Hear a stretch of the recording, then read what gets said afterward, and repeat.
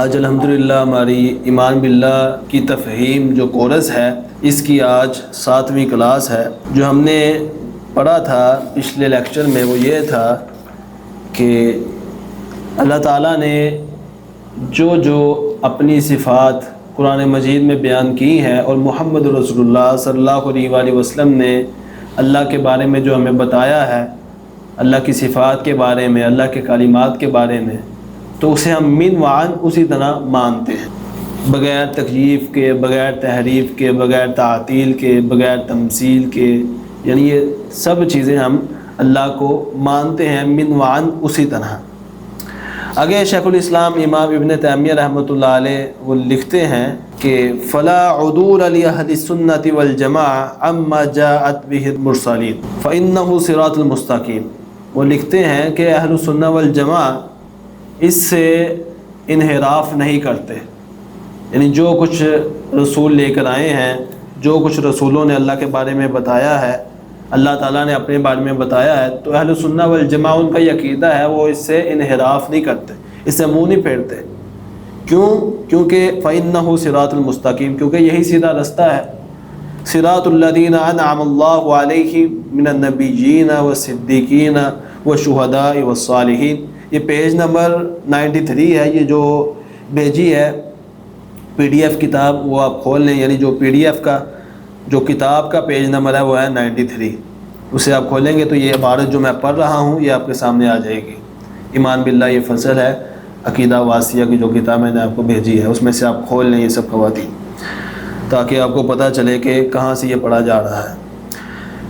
تو اہل سنہ والجماعہ اس میں انحراف نہیں کرتے، یعنی جو اللہ کے رسول، جو مرسلین پیغمبر لے کر آئے ہیں، انہوں نے جو بتایا ہے اللہ کے بارے میں، وہ اسے من وعن اسی طرح مانتے ہیں، کیونکہ یہ سیدھا رستہ ہے اور یہ ان لوگوں کا رستہ ہے جن پر اللہ تعالیٰ نے انعام کیا۔ انعام اللہ تعالیٰ نے کن پر کیا؟ من النبیین، نبیوں پر انعام کیے، والصدیقین، اور صدیقین پر انعام کیا، والشہداء، اور شہداء پر انعام کیا، والصالحین، اور نیک لوگوں پر انعام کیا۔ یعنی یہ جو رستہ ہے اہل سنہ والجماعہ کہ اللہ کے اسماء و صفات کے بارے میں تحریف نہیں کرنی، من وعن اسی طرح ماننا ہے، یہ نبیوں کا رستہ ہے، یہ صدیقین کا رستہ ہے، شہداء کا رستہ ہے، اور صالحین کا رستہ ہے، اور ان پر اللہ تعالیٰ نے انعام کیا ہے۔ آگے شیخ الاسلام امام ابن تیمیہ رحمۃ اللہ علیہ لکھتے ہیں وقد دخل فی هذه الجملہ ما وصف به نفسه فی سورۃ الاخلاص التي تعدل ثلث القرآن، کہ یہ جو سابقہ باتیں ہم نے جو پڑھی ہیں اللہ کے اسماء و صفات کے بارے میں، وقد دخل فی هذه الجملہ ما وصف به نفسه فی سورۃ الاخلاص، یہ سب باتیں، تمام صفات یہ داخل ہیں جو اللہ تعالیٰ نے اپنے لیے سورہ اخلاص جو ہے وہ خاص کی ہے۔ یعنی یہ سابقہ جو تمام بیان کیا گیا ہے اللہ تعالیٰ کی، وہ تمام صفات وہ سورۃ اخلاص میں داخل ہیں جو اللہ تعالیٰ نے اپنے لیے خاص کی ہے، اور وہ سورۃ اخلاص تعدل ثلث القرآن، وہ ایک تہائی قرآن کے برابر ہے۔ یعنی جو شخص ایک مرتبہ سورہ اخلاص پڑھتا ہے، تعدل ثلث القرآن، وہ تہائی قرآن کے برابر ہے۔ معنی یہ ہے کہ ایسے ہے جیسے اس نے 10 پارے قرآن کے پڑھ لیے جو ایک مرتبہ سورہ اخلاص پڑھتا ہے۔ حدیث میں اس کی فضیلت آئی ہے، یعنی اب جو شخص 3 مرتبہ سورہ اخلاص پڑھتا ہے وہ ایسے ہی ہے جیسے اس نے پورا قرآن مکمل کر دی۔ یہ سورہ اخلاص کی فضیلت ہے۔ امام ابن تیمیہ رحمۃ اللہ علیہ وہ لکھ رہے ہیں کہ اللہ تعالیٰ نے اپنی صفات، اپنا تعارف سورہ اخلاص میں واضح کیا ہے، اور یہ سورہ اخلاص نازل ہی اللہ تعالیٰ کے تعارف کے بارے میں ہوئی۔ مشرکین مکہ نے آپ صلی اللہ علیہ وآلہ وسلم سے کہا کہ اپنے رب کا تعارف کرواؤ، یعنی جو مکہ کے کفار تھے انہوں نے کہا کہ اپنے رب کا تعارف کراؤ، تو اللہ تعالیٰ نے یہ سورۃ اخلاص نازل کر دی۔ یہ اللہ تعالیٰ کا تعارف بیان کرتی ہے سورہ اخلاص۔ قل هو اللہ احد، اللہ فرماتے ہیں کہ نبی آپ کہہ دو کہ وہ اللہ ایک ہے، اللہ الصمد، وہ بے نیاز ہے، یعنی وہ ایک ہے، یکتا ہے، تنہا ہے، اس کا کوئی شریک نہیں ہے۔ اللہ الصمد، اللہ بے نیاز ہے، اولاد سے بے نیاز ہے، کھانے پینے سے بے نیاز ہے، والدین سے بے نیاز ہے، یعنی جو انسان کی چیزیں ہوتی ہیں، انسان کی کمزوریاں ہوتی ہیں، اللہ تعالیٰ ان تمام کمزوریوں سے پاک ہے۔ اولاد، والدین، کھانا پینا، یہ سب چیزیں جو انسان کرتا ہے اللہ تعالیٰ اس سے پاک ہے، منزہ ہے۔ لم یلد ولم یولد، نہ وہ خود کسی کی اولاد ہے نہ اس کی کوئی اولاد ہے، یعنی اللہ تعالیٰ کی کوئی اولاد نہیں۔ بعض لوگوں نے جو اللہ تعالیٰ کی اولادیں بنائی ہوئی ہیں، نعوذ باللہ کہتے ہیں کہ عیسیٰ علیہ السلام یہ اللہ تعالیٰ کے بیٹے ہیں، یہودی کہتے ہیں کہ عزیر علیہ السلام اللہ کے بیٹے ہیں، نعوذ باللہ من ذالک۔ تو اللہ تعالیٰ فرما رہے ہیں کہ لم یلد ولم یولد، اس کی کوئی اولاد ہے نہ وہ خود کسی کی اولاد ہے، یعنی وہ اولاد جیسی کمزوری سے بالکل پاک ذات ہے، اس کی اولاد ہے ہی نہیں۔ ولم یکن لہ کفوا احد، اس کا کوئی ہمسر شریک ہے ہی نہیں۔ تو جو یہ کہتے ہیں کہ اللہ کی اولاد ہے، نعوذ باللہ وہ اللہ کو گالی دیتے ہیں، کیونکہ حدیث میں آیا ہے کہ انسان اللہ تعالیٰ کو تب گالی دیتا ہے جب وہ یہ کہتا ہے کہ فلانا اللہ کا بیٹا ہے، تو یہ اللہ تعالیٰ کو گالی دینے کے مترادف ہے کہ یہ کہا جائے کہ اللہ کی اولاد ہے۔ اللہ فرما رہے ہیں کہ نہیں، میری اولاد ہے ہی نہیں، لم یلد ولم یولد ولم یکن لہ کفوا احد، اللہ کا کوئی بھی ہمسر شریک ہے ہی نہیں، وہ اکیلا مشکل کشا ہے، اکیلا حاجت روا ہے، اکیلا کائنات بنانے والا ہے، اکیلا ہر کام کرنے والا ہے۔ اگر اس کا کوئی شریک ہوتا تو یہ کائنات نہ چل پاتی۔ اللہ تعالیٰ فرماتے ہیں کہ اگر اللہ تعالیٰ کا کوئی شریک ہوتا تو پھر فساد جو ہے وہ قائم ہو جاتا ہے۔ کوئی کہتا ہے کہ میں یہ کرنا ہے، کوئی شریک کہتا ہے کہ یہ کرنا ہے، کوئی کہتا ہے یہ کرنا ہے۔ اللہ تعالیٰ کوئی شریک ہے ہی نہیں، اللہ وحدہ لا شریک ہے، وہ اکیلا کائنات کو سنبھال رہا ہے، پوری کائنات کو دیکھ رہا ہے، پوری کائنات اللہ تعالیٰ کے ہاتھ میں ہے۔ تو ولم یکن لہ کفوا احد، اللہ کا کوئی بھی ہمسر شریک ہے نہیں۔ یہ سورۃ اخلاص اللہ کا تعارف کروا رہی ہے۔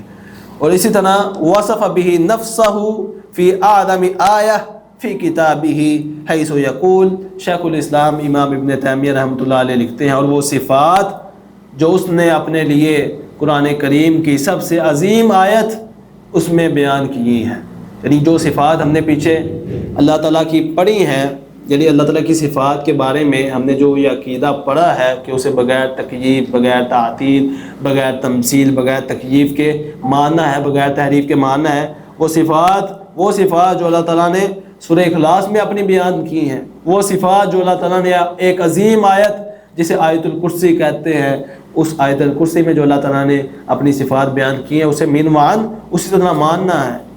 کیا اللہ تعالیٰ نے بیان کیا؟ اللہ لا الہ الا هو الحی القیوم، کہ لا الہ، اس کا کوئی شریک نہیں، لا الہ نہیں ہے کوئی الہ، الا ہوا مگر وہی، اللہ اللہ، لا نہیں، الہ کوئی معبود، کوئی الہ، الا ہوا مگر وہی، الحی وہ زندہ ہے، القیوم اور وہ قائم دائم ہے، خود بھی قائم ہے اور لوگوں کو بھی قائم رکھے ہوئے ہے۔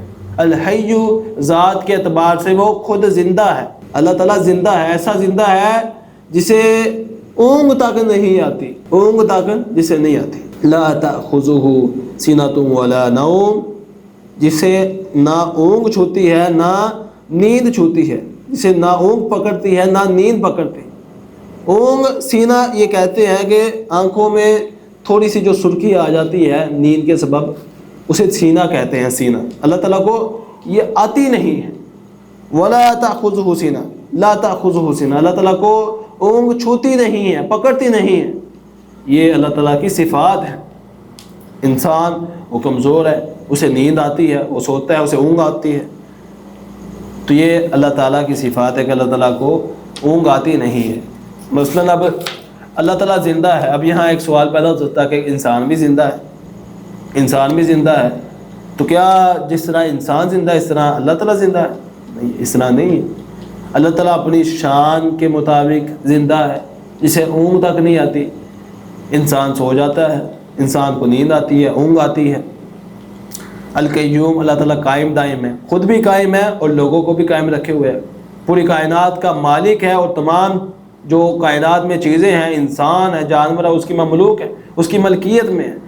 القیوم خود بھی قائم دائم ہے اور ایسا قائم ہے جسے اونگ تک نہیں آتی۔ انسان قائم اللہ کے وجہ سے ہے، اللہ اسے قائم رکھے ہوئے انسان کو، انسان قائم نہیں رہ سکتا۔ اور انسان کیسا قائم ہے؟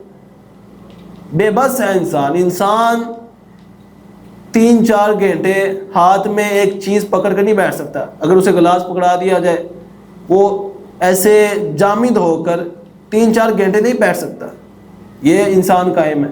تو اللہ تعالیٰ القیوم ہے جو خود بھی قائم ہے اور لوگوں کو بھی قائم رکھے ہوئے۔ تو یہ اللہ تعالیٰ کی جتنی بھی صفات ہیں یہ کمال کے ساتھ متصف، اس میں ذرا برابر بھی نقص نہیں ہے۔ الحی، اللہ تعالیٰ زندہ ہے، اس میں نقص نہیں ہے۔ اللہ تعالیٰ کو اونگ نہیں آتی، اونگ آنا یہ نقص ہے، نیند آ جانا یہ نقص ہے۔ اللہ تعالیٰ ان تمام نقائص سے پاک ہے۔ لا تأخذہ سنۃ ولا نوم۔ آگے فرماتے ہیں اللہ تعالیٰ قرآن مجید میں ما فی السماوات وما فی الارض، لہو ما فی السماوات وما فی الارض، کہ اسی کے لیے ہے جو کچھ آسمانوں میں اور جو کچھ زمینوں میں ہے، یعنی اسی کی ملکیت میں ہے۔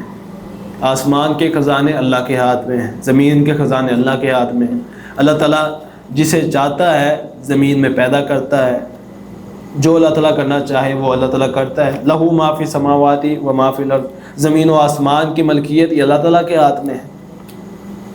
من ذا الذی یشفع عندہ الا باذنہ، آگے ایک اور صفت جو اللہ تعالیٰ کی بیان ہوئی کہ من ذا الذی، کون ہے جو یشفع سفارش کرے، عندہ اس کے ہاں، الا باذنہ مگر اس کی اجازت کے ساتھ۔ یعنی اگر قیامت والے دن کسی نے سفارش کرنی ہوگی تو وہ اللہ کی اجازت کے بغیر سفارش نہیں کر سکے گا، حتیٰ کہ جو کائنات کے امام محمد رسول اللہ صلی اللہ علیہ وآلہ وسلم بھی سفارش کریں گے قیامت والے دن، مومنین کی کریں گے، اور جو جہنم میں چلے جائیں گے اپنے گناہوں کی وجہ سے ان کے لیے سفارش کریں گے، اور حساب اللہ تعالیٰ نہیں شروع کرے گا تو لوگ پسینے میں عبور ہوں گے، تو آپ صلی اللہ علیہ وآلہ وسلم سفارش کریں گے تو اللہ تعالیٰ اجازت دے گا تو آپ سفارش کریں گے۔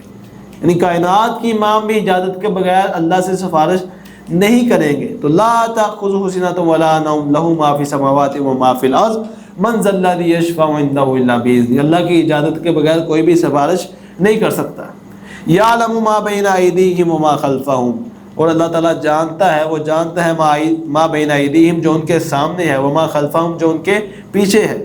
یعنی مستقبل اور ماضی کا علم اللہ تعالیٰ کے علم میں ہے، حال، مستقبل، ماضی، جو زمانہ گزر چکا ہے، جو ہے اور جو آئے گا، اس سب کا علم اللہ کے پاس ہے۔ اب یہ اللہ تعالیٰ نے فرمایا ہے کہ یعلم ما بین ایدیہم، کہ اللہ تعالیٰ کو مستقبل کا علم ہے، یعنی جو سامنے ہے وہ اللہ تعالیٰ جانتا ہے، جو ان کے سامنے ہے، وما خلفہم جو ان کے پیچھے ہے، یعنی جو ماضی کا علم ہے وہ بھی اللہ تعالیٰ کے علم میں ہے۔ اب یہاں سے ایک سوال پیدا ہوتا ہے کہ مستقبل کا اللہ تعالیٰ کو علم ہے، یہ کہا، یہ تو ٹھیک ہے، یعنی انسان کے پاس مستقبل کا علم نہیں ہے، اللہ تعالیٰ کو ماضی کا بھی علم ہے۔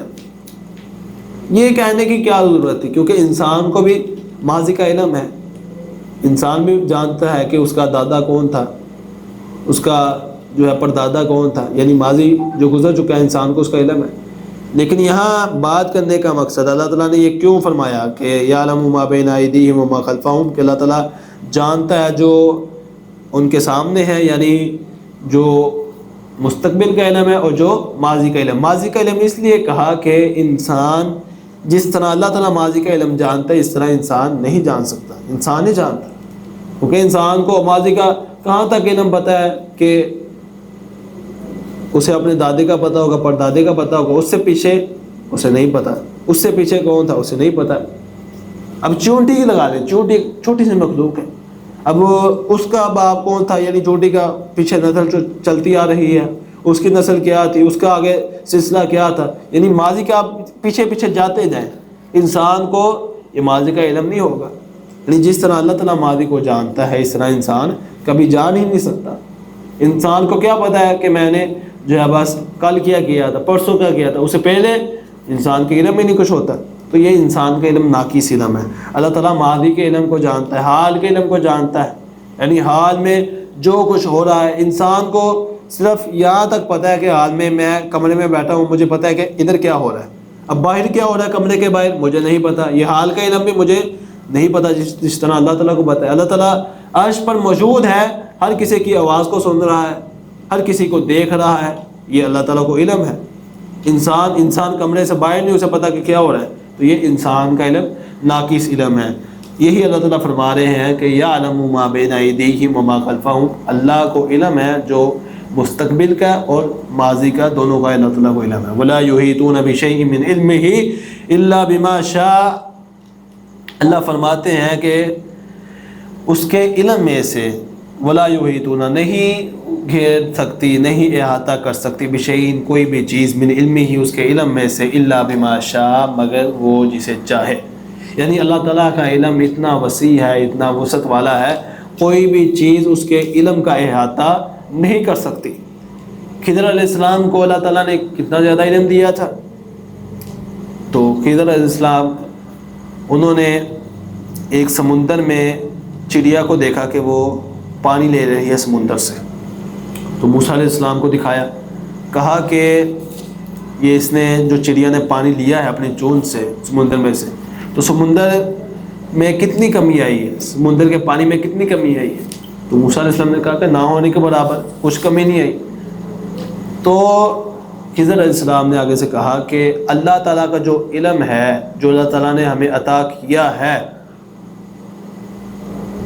وہ اتنا بھی نہیں ہمیں جو میسر آیا، یعنی اتنا بھی اللہ تعالیٰ کا علم کم نہیں ہوا ہمیں عطا کرنے کے بعد کہ جس طرح اس نے چڑیا نے جو سمندر میں چونچ لڑائی ہے اور آگے سے اس نے پانی نکالا ہے، اس سے بھی کم اللہ تعالیٰ کا علم جو ہے وہ اللہ تعالیٰ نے دیا ہے لوگوں کو.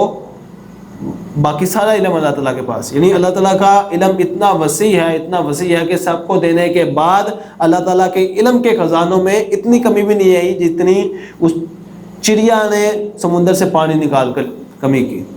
یعنی اللہ تعالیٰ کا اتنا وسیع علم ہے. ولا یحیطون بشیء من علمہ الا بما شاء، اللہ کے علم کا احاطہ کوئی چیز نہیں کر سکتی. وسع کرسیہ السماوات والارض، خوب گہرے ہوئے ہیں کرسیہ اس کی کرسی سماواتی آسمانوں کو والارض زمینوں کو، یعنی اس کی کرسی آسمانوں زمینوں کو گھیرے ہوئے ہیں. یعنی ایک حدیث ہے کہ آپ صلی اللہ علیہ وآلہ وسلم نے فرمایا کہ اللہ کی کرسی کے مقابلے میں آسمان ایسے ہے جیسے ایک چھلا ہے. یعنی جس طرح ایک چٹیل میدان میں ایک چھلا رکھ دیا جائے، اس طرح اللہ تعالیٰ کی کرسی کے مقابلے میں یہ زمین و آسمان اس طرح ہے. اور عرش کے مقابلے میں اللہ تعالیٰ کی کرسی ایسے ہے جیسے چٹیل میدان میں ایک چھلے کو رکھ دیا جائے. تو یہی معنی ہے کہ اللہ تعالیٰ کی جو کرسی ہے وہ بہت وسیع ہے اور وہ گھیرے ہوئے ہے سماوات یا آسمانوں کو والارض و زمینوں کو. ولا یعودہ، نہیں اسے تھکاتی، نہیں اسے تھکن آتی، نہیں اسے تھکاتی حفظہما، ان دونوں کی حفاظت، یعنی زمین و آسمان کی حفاظت اللہ تعالیٰ کو نہیں تھکاتی. اللہ تعالیٰ نے ایک ستون جو ہے وہ انسانوں کے اوپر دنیا میں قائم کیا ہوا ہے، اور وہ ایسا ستون ہے جس میں کوئی شگاف نہیں. یعنی ایسا ستون جو پوری دنیا کو گھیرے ہوئے ہیں، یعنی آسمان کی صورت میں اللہ تعالیٰ نے قائم کیا ہوا ہے ہمارے اوپر. ولا یعودہ حفظہما، ان دونوں کی حفاظت نہیں ہمیں تھکاتی، یعنی نہیں اللہ تعالیٰ کو تھکاتی. ولا یعودہ، نہیں اسے تھکاتی، حفظہما، ان دونوں کی حفاظت. وہو العلی، اور وہ بلند ہے، العظیم، اور وہ بہت بڑا ہے. علی بلند ہے. بلند کہاں ہے؟ عرش پر موجود ہے. اللہ تعالیٰ اپنی ذات کے اعتبار سے، صفات کے اعتبار سے بلند ہے. ذات کے اعتبار سے بھی بلند ہے اور صفات کے اعتبار سے بھی بلند ہے. ذات کے اعتبار سے کہاں ہے؟ عرش پر موجود ہے. ثم استوى علی العرش، اللہ تعالیٰ ذات کے اعتبار سے عرش پر موجود ہے. بعض لوگ یہ غلیظ عقیدہ رکھتے ہیں کہ اللہ تعالیٰ ہر جگہ موجود ہے. جو وحدت الوجود کے قائل ہیں، جو حلولیہ ہیں، وحدت الشہود کے قائل ہیں، وحدت الشہود کے جو قائل ہیں، جو عقیدہ حلول رکھنے والے ہیں، وہ کہتے ہیں کہ اللہ تعالیٰ ہر جگہ موجود ہے. حالانکہ یہ بات درست نہیں ہے. ذات کے اعتبار سے اللہ تعالیٰ عرش پر موجود ہے اور صفات کے اعتبار سے اللہ تعالیٰ ہر جگہ موجود ہے. بعض کہتے ہیں کہ اللہ تعالیٰ ہر کسی میں موجود ہے، ہر انسان میں موجود ہے، ہر جانور میں نعوذ باللہ اللہ تعالیٰ موجود ہے. بعض یہ عقیدہ رکھتے ہیں. حالانکہ ذات کے اعتبار سے اللہ تعالیٰ کہاں ہے؟ عرش پر موجود ہے. یہ اہل السنہ والجماعہ کا عقیدہ ہے کہ اللہ تعالیٰ ذات کے اعتبار سے عرش پر موجود ہے، ہر جگہ موجود نہیں ہے. ہر جگہ موجود کہنا اللہ تعالیٰ کو ذات کے اعتبار سے، یہ عقیدہ قرآن کے خلاف ہے، محمد رسول اللہ صلی اللہ علیہ وآلہ وسلم کی حدیث کے خلاف ہے. پوچھا آپ صلی اللہ علیہ وآلہ وسلم نے، ایک لونڈی تھی، اسے پوچھا کہ این اللہ، اللہ کہاں ہے؟ تو اس نے کیا جواب دیا؟ فی السماء، آسمان میں. تو آپ صلی اللہ علیہ وسلم نے فرمایا کہ اسے آزاد کر دو، یہ مومنہ ہے. یعنی جو یہ عقیدہ رکھتا ہے کہ اللہ تعالیٰ آسمان میں ہے، عرش پر موجود ہے، وہ شخص مومن ہے. جو یہ کہتا ہے کہ اللہ تعالیٰ ہر جگہ موجود ہے، اس میں بھی ہے، اس میں بھی ہے، ہر چیز میں موجود ہے، مادے کے اعتبار سے، جوہر کے اعتبار سے یہ سب چیزیں ایک ہی ہیں۔ اللہ اور انسان جوہر کے اعتبار سے، مادے کے اعتبار سے نعوذ باللہ ایک ہی ہے۔ تو یہ عقیدہ کتاب و سنت کے خلاف ہے۔ اللہ فرما رہے ہیں کہ وَهُوَ الْعَلِيُّ، اللہ تعالیٰ بلند ہے، ذات کے اعتبار سے بھی بلند ہے اور صفات کے اعتبار سے بھی اللہ تعالیٰ بلند ہے۔ یعنی صفات کے اعتبار سے کیسے بلند ہے کہ جو اللہ تعالیٰ کی صفات ہیں وہ بلند و بالا ہے، عظمت والی ہیں۔ انسان کی طرح اللہ تعالیٰ کی صفات نہیں ہے، اللہ تعالیٰ صفات کے لحاظ سے بھی بلند ہے اور ذات کے لحاظ سے بھی اللہ تعالیٰ بلند ہے۔ وَهُوَ الْعَلِيُّ، اللہ تعالیٰ بلند ہے اور عظیم، بہت بڑا ہے۔ تو یہ ہمارا آج کا یہ موضوع بھی تھا کہ سورۃ اخلاص اور آیت الکرسی، سورۃ اخلاص اور آیت الکرسی، اس کے تحت شیخ الاسلام امام ابن تیمیہ رحمۃ اللہ علیہ وہ اللہ تعالیٰ کی صفات کو لے کر آئے ہیں۔ تو یہ جو انہوں نے اللہ تعالیٰ کی صفات کو ذکر کیا ہے، یعنی آیت الکرسی اور سورۃ اخلاص کی روشنی میں، یہ ان کا یہ انداز ہے کہ وہ زیادہ انہوں نے اپنی کتاب میں آیات کو درج کیا ہوا ہے، آیات کو انہوں نے اپنی کتاب میں درج کیا، آیات کے ذریعے، احادیث کے ذریعے انہوں نے اللہ تعالیٰ کی صفات کو ثابت کیا ہے۔ اللہ تعالیٰ کے ہاتھ ہے، اللہ تعالیٰ کا چہرہ ہے، انہوں نے آگے دلیلیں جو ہے وہ زیادہ نقل کی ہوئی ہیں۔ تو اس طرح شیخ الاسلام امام ابن تیمیہ رحمۃ اللہ علیہ نے یہاں سورۃ اخلاص کو بیان کیا، سورہ اخلاص کو ذکر کیا کہ یہ اللہ تعالیٰ کی صفات ہیں، اس میں موجود ہیں کہ اللہ تعالیٰ احد ہے، صمد ہے، لم یلد ولم یولد ہے، ولم یکن لہ کفوا احد ہے۔ تو اسی طرح آیت الکرسی میں اللہ تعالیٰ کی بہت زیادہ صفات کا ذکر ہے۔ پہلے تو یہ ذکر ہے کہ اللہ تعالیٰ الہ ہے، معبود ہے، معبود برحق ہے، یہ ایک دعویٰ ہے کہ اللہ تعالیٰ الہ ہے، معبود برحق ہے۔ آگے اس دعوے کی دلیلیں دی گئی، آگے اس دعوے کی دلیلیں موجود ہیں۔ کیوں اللہ تعالیٰ الہ ہے، کیوں معبود ہے؟ کیونکہ اللہ تعالیٰ حی ہے۔ انسان جس طرح حی ہوتا ہے اس طرح اللہ تعالیٰ نہیں حی، کیونکہ انسان کو اونگ آتی، نیند آتی ہے۔ اور ایک واقعہ میرے ذہن میں آ گیا کہ رسول اللہ صلی اللہ علیہ وآلہ وسلم کسی غزوے میں موجود تھے، تو رات کافی ہو گئی تھی، تو صحابہ نے کہا کہ یا رسول اللہ ہم احرام کر لیں، جب فجر کا وقت ہوگا تو ہم جو ہے وہ جاگ جائیں گے، نماز پڑھیں گے۔ تو بلال رضی اللہ عنہ کی ڈیوٹی لگا دی۔ آپ وسلم پہلے کہہ رہے تھے کہ نہیں ہمیں جاگ نہیں آئے گی، فجر ہماری رہ جائے گی۔ تو بلال رضی اللہ عنہ نے کہا کہ یا رسول اللہ میں ساری رات پہرا دیتا رہتا ہوں، میں ساری رات پہرا دیتا ہوں، جب فجر کا وقت ہوگا تو میں آپ سب کو جگا دوں گا۔ تو بلال رضی اللہ عنہ پہرا دیتے رہے، سارے سو گئے، رسول اللہ صلی اللہ علیہ وسلم بھی سو گئے، سیدنا ابو بکر صدیق، عمر فاروق، سیدنا عثمان، سیدنا علی رضی اللہ عنہ، یہ سب سو گئے، سب صحابہ سو گئے، آپ وسلم بھی سو گئے، بلال رضی اللہ عنہ پہرا دیتے رہے۔ جب فجر کا وقت قریب ہوا تو بلال رضی اللہ عنہ کی بھی آنکھ لگی، وہ بھی سو گئے۔ یہ سارا واقعہ صحیح بخاری اور صحیح مسلم میں موجود ہے۔ تو جب سورج طلوع ہوا، یعنی فجر کا وقت چلا گیا، سورج طلوع ہوا، تو سورج جب کائنات کی امام کے چہرے پر پڑا تو آپ صلی اللہ علیہ وآلہ وسلم جاگے اور کہنے لگے کہ بلال بلال، آپ سب نے واضح دی کہ بلال تم نے تو کہا تھا کہ میں جگا دوں گا۔ تو یعنی سب سو گئے، کسی کو جاگ نہیں آئی۔ تو فجر کا وقت گزر گیا تو آپ سب نے بلال کو آواز دی، بلال آئے، کہا کہ یا رسول اللہ میرا صرف ایک عذر ہے۔ انہوں نے یہ عذر پیش کیا کہ اخذ بنفسی الذی اخذ بنفسی کا، یا رسول اللہ مجھے بھی اس ذات نے سلا دیا ہے جس ذات نے آپ کو سلایا، یعنی اللہ کی ذات نے آپ کو بھی سلا دیا اور مجھے بھی سلا دیا۔ یعنی اللہ کی ذات واحد ہے جو حی ہے، زندہ ہے، باقی جتنے بھی جو انسان ہیں، چاہے وہ انبیاء ہوں، چاہے وہ بزرگ ہوں، چاہے ولی ہوں، جتنے بھی ہوں، وہ سب ان کو نیند آتی، انہیں اونگ آتی ہے۔ جیسا کہ یہ واقعہ ہمیں بتاتا ہے کہ اگر رسول اللہ صلی اللہ علیہ وسلم الہ ہوتے، یعنی جیسا کہ بعض لوگ کہتے ہیں، اگر سیدنا علی الہ ہوتے، معبود ہوتے، جیسا کہ بعض لوگ کہتے ہیں، علی مشکل کشا کے نام نعرے لگاتے ہیں، بعض لوگ کہتے ہیں، تو یہاں سیدنا علی کو جاگ آتی، رسول اللہ صلی اللہ علیہ وسلم سو گئے، تمام صحابہ کرام سو گئے۔ تو یہاں سے یہ بات معلوم ہوتی ہے کہ الہ وہ ہوتا ہے، معبود اصل وہ ہوتا ہے جو الحی ہو، جو القیوم ہو، لا تأخذہ سنۃ ولا نوم ہو، جسے اونگ نہ چھوتی ہو، جسے نیند نہ آتی ہو۔ تو اللہ تعالیٰ کی یہ صفات ہیں کہ اللہ تعالیٰ الحی ہے، زندہ ہے، ہمیشہ سے زندہ ہے۔ جب کوئی زندہ نہیں تھا تب اللہ تعالیٰ زندہ تھا، جب کوئی زندہ نہیں ہوگا تب اللہ تعالیٰ زندہ ہوگا۔ ازل سے ابد تک اللہ تعالیٰ الحی ہے، القیوم ہے، لا تأخذہ سنۃ ولا نوم ہے۔ تو یہ اللہ تعالیٰ کی صفات ہیں جو آیت الکرسی میں بیان ہوئی ہیں۔ تو آج کا ہمارا سبق اتنا ہی ہے۔ تو ہم نے جو صفات ہم نے پڑھی ہیں سورۃ اخلاص کے ساتھ اور آیت الکرسی، تو یہ اللہ تعالیٰ کی صفات ہم نے ویسے ہی ماننی ہے من معان، جیسا کہ کتاب و سنت میں ان کا ذکر آیا ہے۔ اللہ سے دعا ہے کہ اللہ تعالیٰ ہمیں سمجھنے کی توفیق عطا فرمائے۔ والسلام علیکم